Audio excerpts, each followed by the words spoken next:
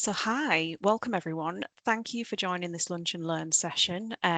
Today we're going to be hearing from James Crosbie, who's going to be introducing us to the new alcohol toolkit for primary care. So just a couple of things about the Lunch and Learns before we get started. So they're an opportunity for us to come together, share some learning, hear about improvements around the system, and each one takes place usually with a different topic. We tend to run one a month, so great to have you here. They're organised in partnership between the North Cumbria Knowledge and Library Service and Boost. You'll see our lovely bright yellow backgrounds on lots of different calls, hopefully, if you join our learning regularly. So just a couple of protocols as well before we get started. So if you'd like to turn your webcams off, please note that we are recording. So feel free to do that. Please mute when you're not speaking as well. We will hopefully have an opportunity for some questions and contributions at the end. So feel free to pop things in the chat, or at the end you could come off mute and ask James any questions that you might have.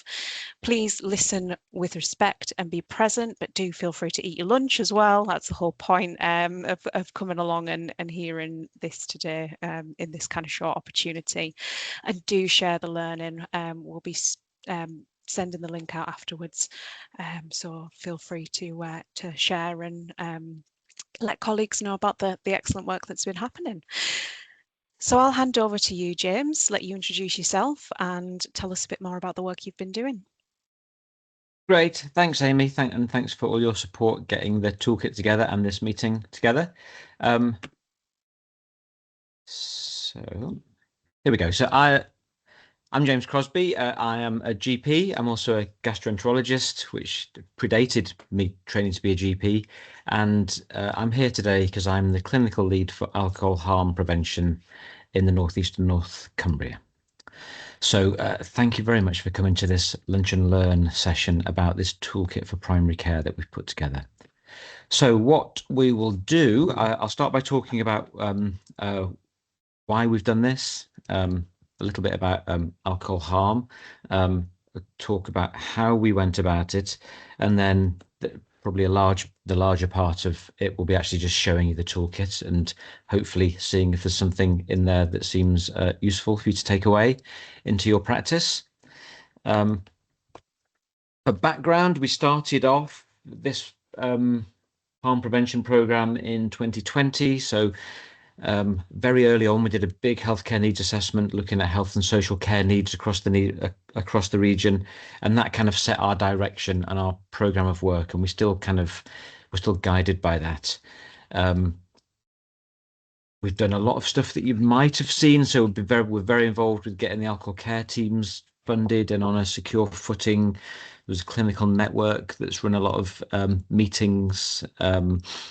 We've got a support offer for staff that we'll talk a little bit more about, the program for alcohol studies, and some population health stuff like case finding for FibroScan or for brief interventions, stuff around health inequalities.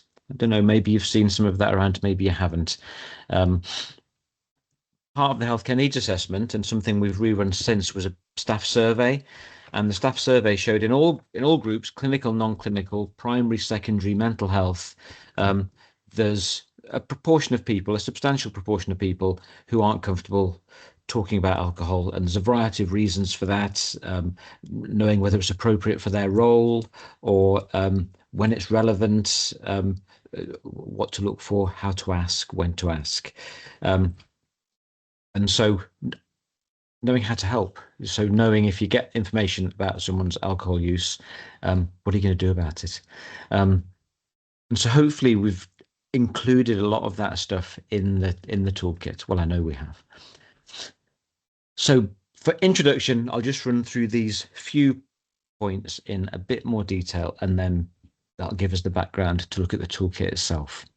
So yeah, alcohol, it is toxic, so it's got a linear relationship with harm. There's no safe level alcohol consumption. This is the World Health Organization. It's strongly linked to health inequalities, which are important to all of us, particularly in our region.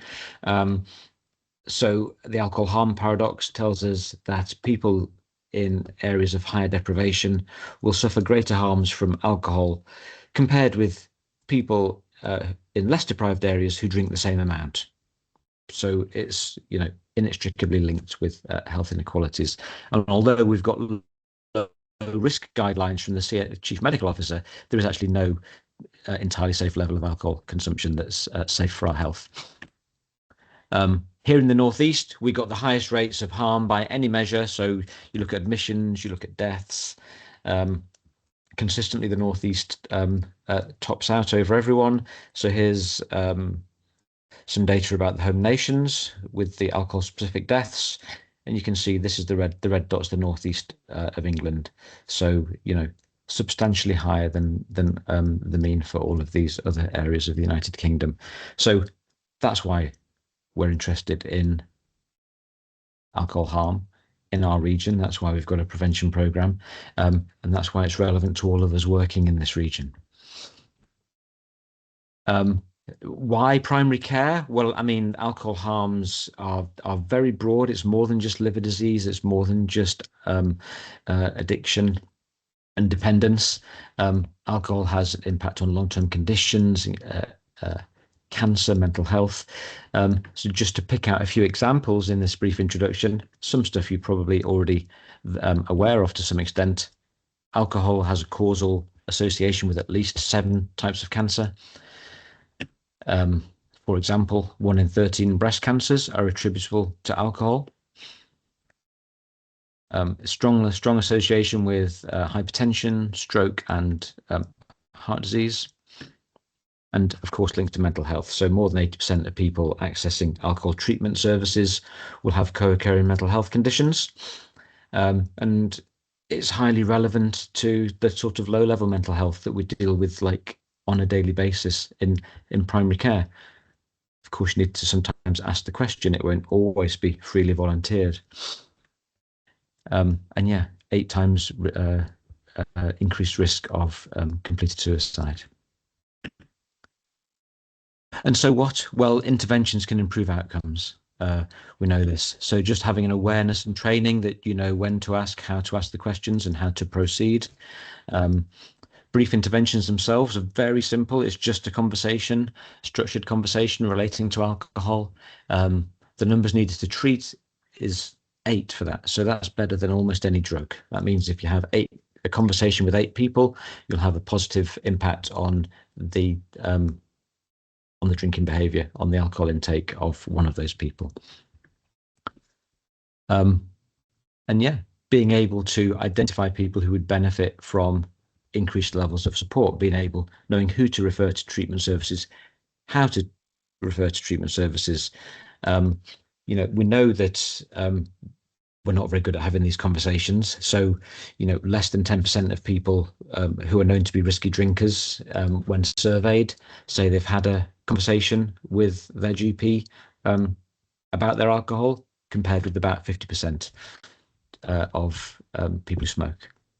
So, we're not quite comfortable. And so this is, again, trying to move that conversation on.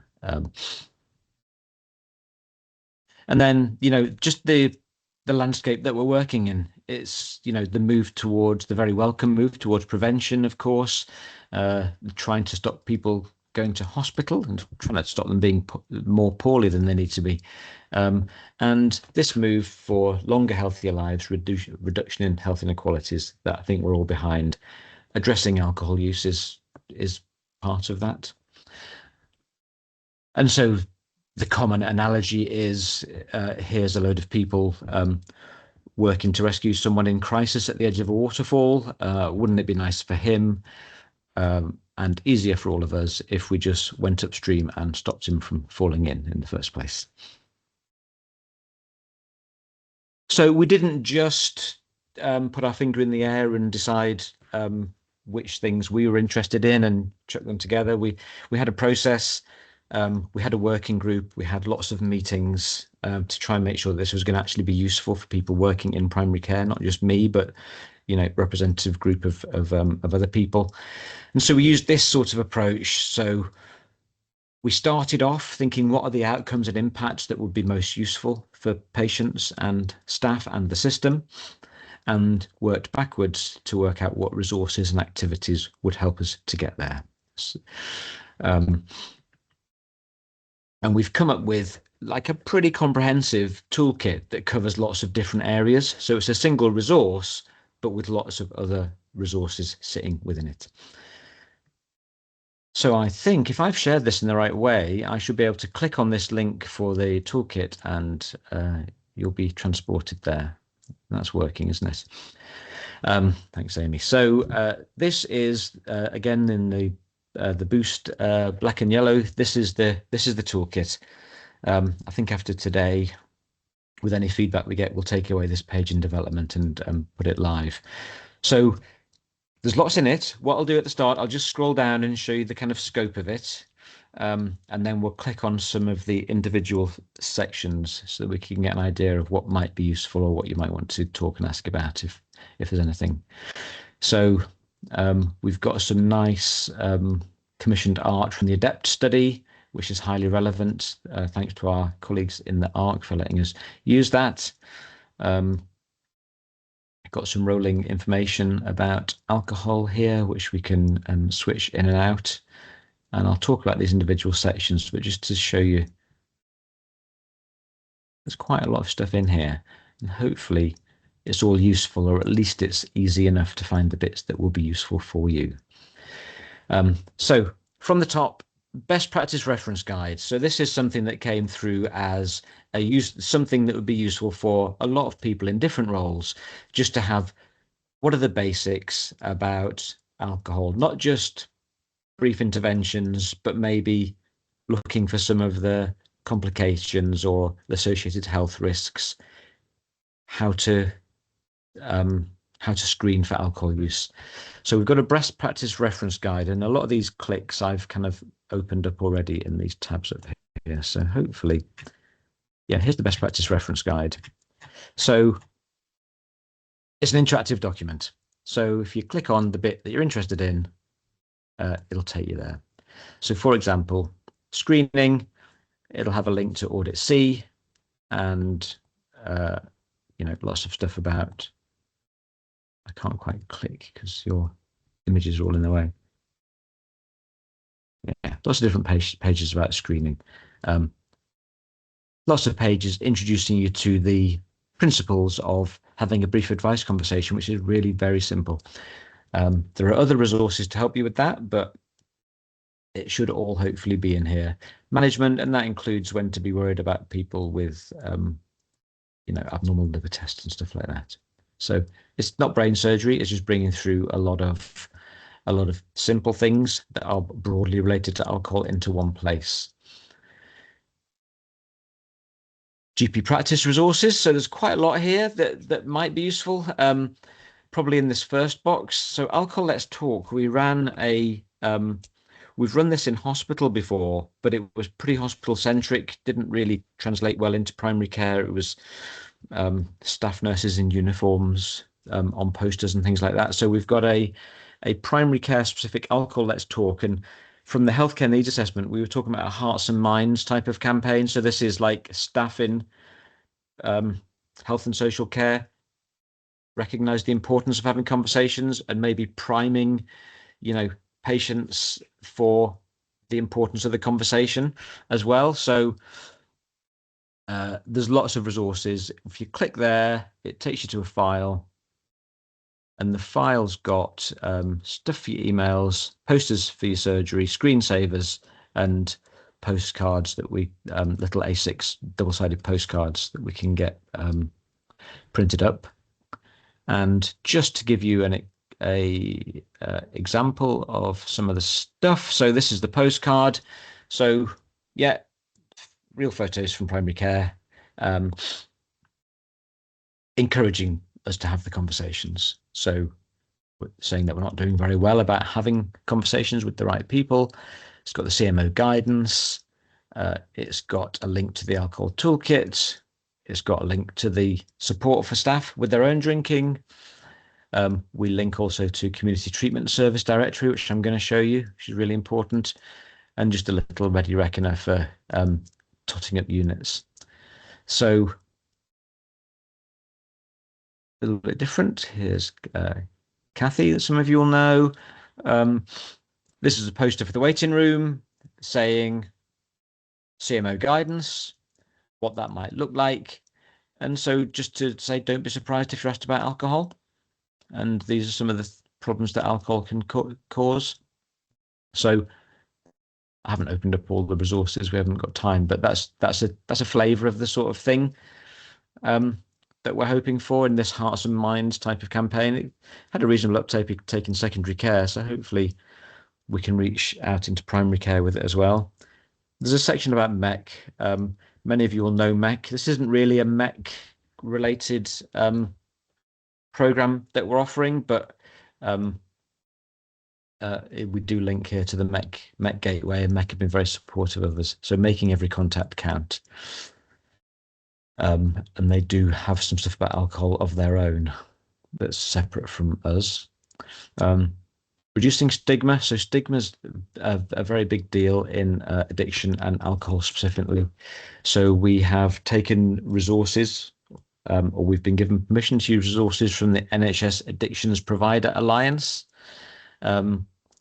around stigma, and we've got this sort of Stigma Kills campaign.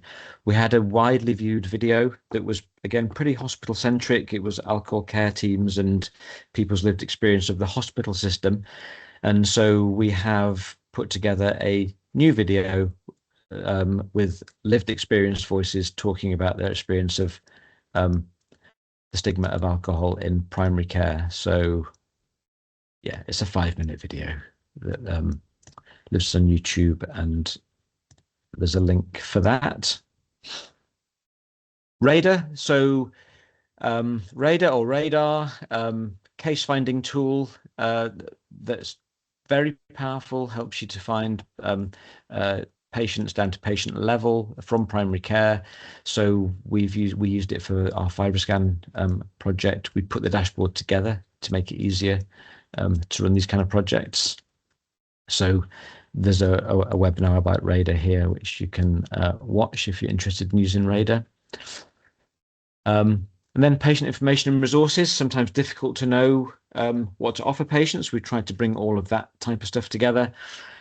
So in fact, the unit calculator, which is here, is actually pretty useful for us as well. So it can help you to count up units if that's getting complicated within a consultation.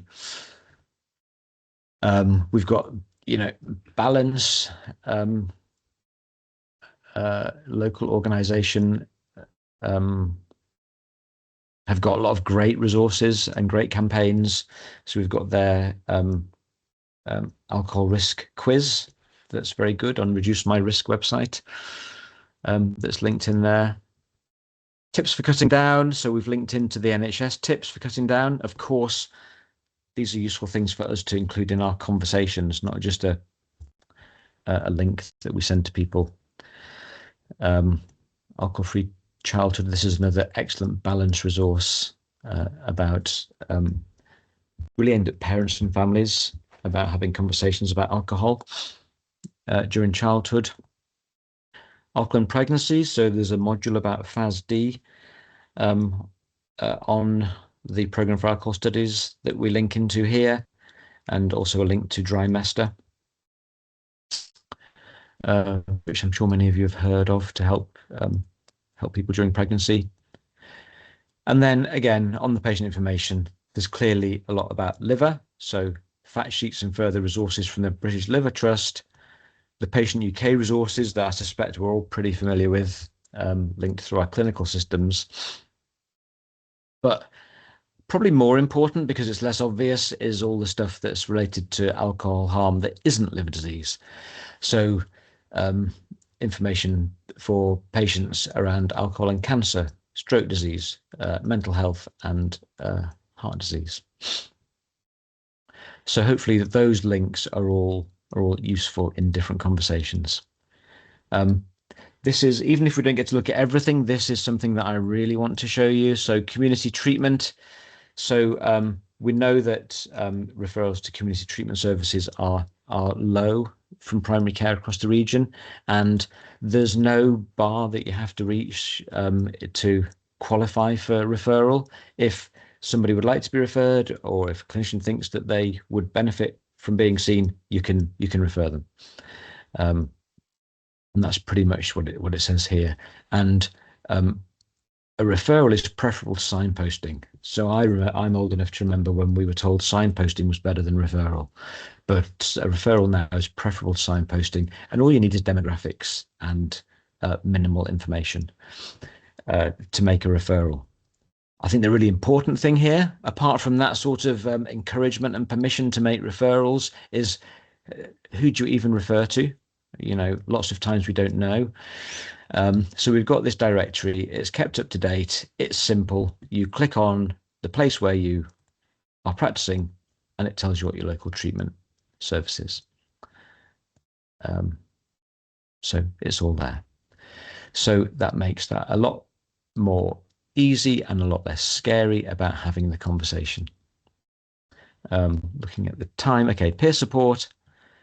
I guess we've all probably heard of Alcoholics Anonymous. Some contact details for them here. Some areas, quite a lot of our region actually benefits from access to recovery connections as well. And so there's some contact details for those guys in the peer support section. Care support is important. So a couple of links in here. Crisis support. I'm sure anybody working with people who can be in crisis will know that crisis support is via 111 now, but you can also use this text service, Text Karma, for 24/7 support for people struggling to cope. We've mentioned Samaritans as well. So our staff support offer, this is a funded one-to-one personalized and confidential online coaching sessions for people who have their own struggles with alcohol, working in health and social care in our region. So you can click on the link, run through the questions, and by the end of it, either get support within that structure or get actual online coaching if needed. We've had good uptake of that, and I think we have been able to secure the funding for a little bit longer going forwards. We've got a reminder here, something that we're continually working on. We're not there yet, but what everyone has seemingly signed up to and agreed in principle is that there should be no wrong door. Go to treatment service with co-occurring mental health problems and get the help that you need. You should be able to go to a mental health service with co-occurring alcohol use problems and get the help you need, not get bounced around from one service to another, as we've all seen before. And then one more patient resource that some people find useful is to have an app on their phone. The alcohol change app, Try Dry, can be useful. So just another form of support that you can offer. I'm aware that we want to leave a bit of time for discussion, so I'm not going to bang on for much longer. I'll just run down some of the bits on this right-hand side. So we put together an introduction to alcohol in primary care. It's gone on to the program for alcohol studies. It talks a little bit about the importance and relevance of alcohol in primary care in a bit more detail than I've touched on today. It's a very easy watch. There's a screenshot. Well, many of you'll know Martin Weatherhead. There's a random screenshot of it. I won't play it now. Yeah, I recommend that as an easy watch. Hopefully has some useful information in there. Talks a bit about brief interventions. We've got the Boost Learning Academy. So this is like one of our big projects that we've been doing for quite a long time now. I'll just quickly click on it. Oh, I've been logged out. I'll just go back to it through the various other programs. Here we go. So in our program for alcohol studies, we've got a huge training catalogue of education resources. It's great for CPD. If alcohol is one of your development needs. And so it's got alcohol awareness, loads of things. And we've brought together existing high quality resources, as well as there's lots of newly commissioned resources in here, and it's all blended. So you can hopefully find something that you're interested in. We've got whole section about brief advice, and then managing harm and dependence. A lot of these are newly commissioned modules. So there's loads on there.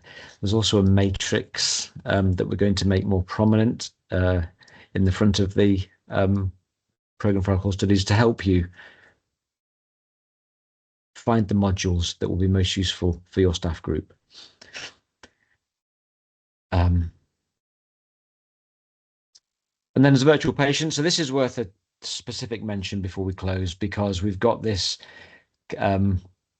using a large language model and AI, we've got this virtual patient. I've created a consultation, and now the AI embodies that person. So you can speak to it with your microphone and it will speak back to you audibly, and you can have a brief intervention conversation, and then it'll tell you how you did. It'll say, you know, this is what you did well. Here's some other things that you could incorporate. So it's a totally safe space. Again, it's sort of like it would normally have a cost, but we've partnered with Geeky Medics, who's very kindly given us the resources to run this. So it works pretty well, and it's pretty quick. And then the last bit really is like bringing together all of the national guidance in one place so that you don't have to go searching for it. So there's loads of stuff from NICE. There's the recent OHID guidance for alcohol treatment, which is absolutely fantastic, and other bits and pieces there. So let me just go back to my slides to close. Thank you so much for that, James. I was just a little bit breathless, wasn't it, Amy? Because I realised I was getting up against it with time. So yeah. Final slide, yeah, just awareness, confidence, have more effective conversations. And, you know, we're all hoping we can reduce the burden on our services, but also the harm it causes for our patients. Great. Yes. Are there any comments? I haven't been keeping an eye on the chat, Amy. Is there anything coming up? I've just shared the link to both the Learning Academy programme and the toolkit itself, so you can find that in there, and we'll make that available kind of publicly afterwards as well. So there was no questions as such. I mean, we do have 1 minute left. If there was anything burning that anybody would like to come in and ask, feel free. Well, I'll do hand up, type in the chat. I was asked to do, Amy, as well. I will just give you my email address. Let me know if there's anything you're interested about with alcohol, any projects that you think we should know about or we might be able to help with. There's no dot in my email address. Some other guy gets those emails. And as requested by Amy, just about giving feedback. Yeah, thank you so much. I did see Robin. Yeah, it was hand up. Thank you. I'll be quick because I know we've got a minute. I was just going to say, really, there's a few of us on the call who have local alcohol partnerships. So whether or not there's anything you need from us in terms of cascading this information, I'm sure lots of us will have lots of links in the system. So yes, just an offer of support, really. That is very welcome. We will be back to you about that. Thank you. Yeah, this is just the start, really. So we've been putting this together for a long time. It hasn't gone live, and this is the first push out into the world to say, right, this now exists. It's a functioning resource. We think we've got it where it needs to be. So we can still change it. Let us know how you're getting on with it. Anything that should be in there, anything that's not quite right. Great. And just really, really quickly, James, question from Richard. Just do you see any limitations of using this toolkit elsewhere in other areas, obviously aside from the kind of local points of access to things? Could it be applied as a template to other places?